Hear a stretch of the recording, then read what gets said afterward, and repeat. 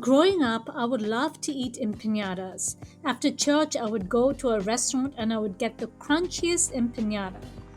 Now, going gluten free, I miss this so much and I always get these cravings for it. So, I thought to myself, there must be a way that I can make this gluten free and dairy free, safe to eat. They were always golden brown at the edges, crunchy crust at the end, so tasty, easy to bite. So let's go ahead and try to make this right now. Okay, the first step is I'm going to go ahead and marinate the chicken. I got some salt,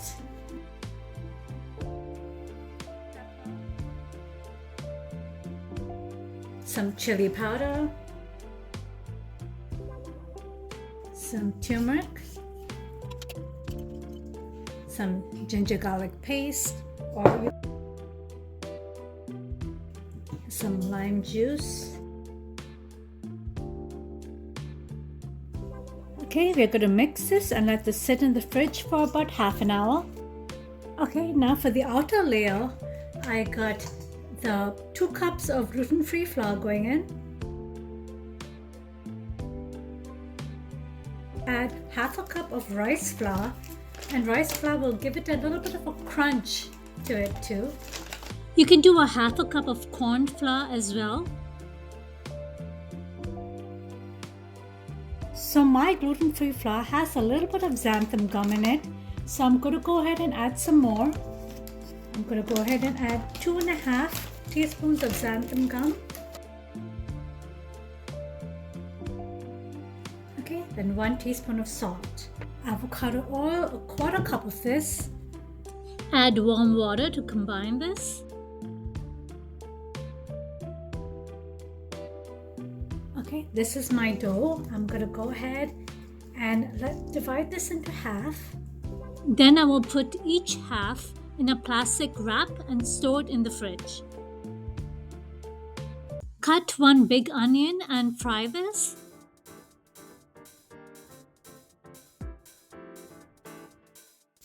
Okay, it's been a few minutes and the onions are nice and brown.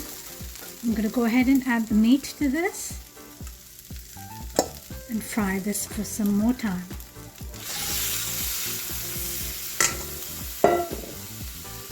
So the meat has been frying for 10 to 12 minutes with the onions. Let this sit and cool for some time. Okay, now I'm going to go ahead and start assembling this. First I will flatten the dough, then I'll put the meat and cheese, and then I will close the ends.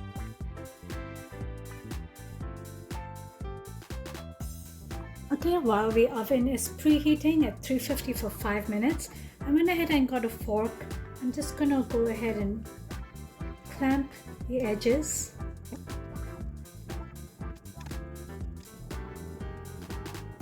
Poke some holes in the dough and put some avocado oil on it as well.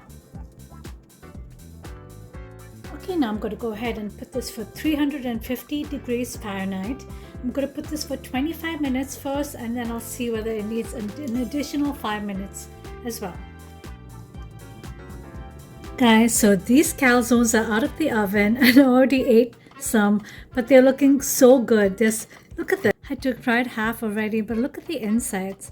It's hot, but it's so gooey and so tasty. Oh, so good. The dough is definitely thicker because of the rice flour, but it's also more crunchier because of the rice flour. The pepper was good in here as well. It's a perfect easy snack you can make for your kids. Thank you for watching this, guys. Don't forget to give this a like and subscribe for more gluten-free, dairy-free and tomato-free recipes. And have a great day, guys.